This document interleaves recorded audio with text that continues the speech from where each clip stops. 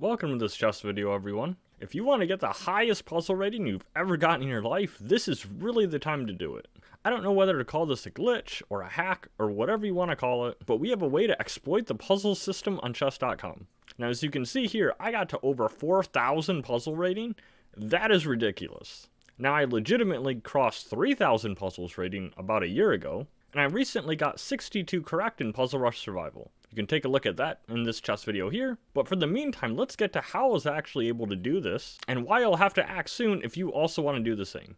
Just to show how ridiculous this is, look at this 90 days, it just I mean, that is like 1,000 rating point gain in really just 2 sittings. Even if you look at my all-time graph, you'll see that little huge uptick towards the end here. And so chess.com has created this new feature here, which is to choose your difficulty. If we go over here and click it, we have standard, hard, and extra hard. When I tried this a few days ago, I also saw like a very easy and easy. I don't know if that's because I'm in chess.com beta, or if that was something chess.com has already fixed. But the problem is, this automatically starts on the standard difficulty.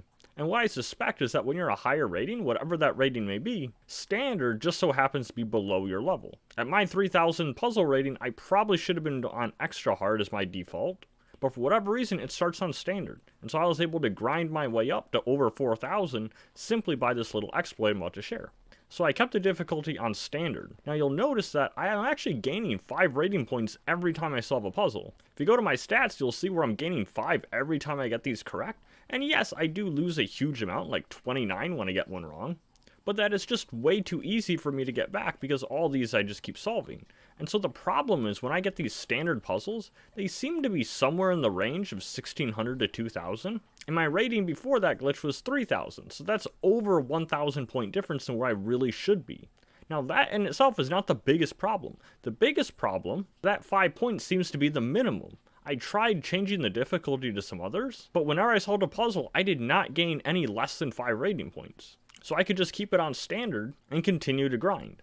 Now what I suspected was exactly on point. Here we have a post from a chess.com moderator, none other than Martin Stahl. I actually referenced him in this other chess video if you want a quick little laugh, and also me answering some questions for a lot of other people. It's a good resource for learning as well as for entertainment. Now here this person had a chess.com forum thread mentioning about this puzzles rating discrepancy, very similar to what I mentioned. Their puzzles rating was a little bit lower than mine, and so their puzzles were a little bit lower as well. But the sentiment seems to be about the same. It's like 1,000 rating point difference when it starts on the standard difficulty.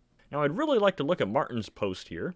They say that this new puzzle difficulty is part of a significant overhaul to our puzzles difficulty system, and that it's an attempt to bring down the highly inflated puzzle rating to essentially better match the game ratings. Now I think this is really great news. Chess.com has had an inflated puzzles rating for a very long time, and so if we could balance out a little bit closer like Lichess does, I think that would be a really great addition to the site. Now you'll see it says, as we roll out our new system, you may see some inconsistencies in your puzzle stats, but I really like to emphasize on the point where they say, in the coming weeks we will be publishing an entirely new rating system for puzzles for all members. And so that tells me that they'll have all these inconsistencies for at least another week or two.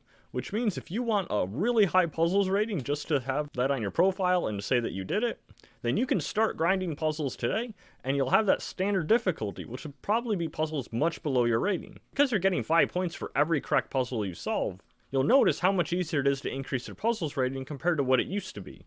See, if I were to go to game ratings and play someone much lower than my rating, there'll be a point where I'll gain 0 rating points if I'm high enough rated, even though I'll win the game. Okay, so that's one thing about ELO. Okay, so how does it work then to measure people? So what is a 2,700 then? Does that mean you're the best? Well, actually, no, people have gotten over 2,800, but eventually they're going to slow down. It's not a true indicator of Magnus Carlsen's strength that he can't reach 2,900. You know why? Because he can't gain rating points anymore from 2,600. So how good really is he, right? Oh my God, I could go on. And that is mathematically done, so you essentially cannot farm players for rating. The same thing should apply to puzzles, and I'm sure it will in the upcoming weeks, but in the meantime, for whatever reason, it seems like 5 seems to be the minimum that you're to gain on a puzzle. Although it may sound a little harsh, I think at a certain level, you really should be gaining 0 rating points for a puzzle you solve correct, if your rating is that much higher than that puzzle. Now I really only grinded my puzzles rating primarily so I could show it for this video, but it was pretty enjoyable to see that really absurdly high rating, even if I know it's probably not that accurate. Thanks for stopping by, everyone. I'll see you in the next chess video.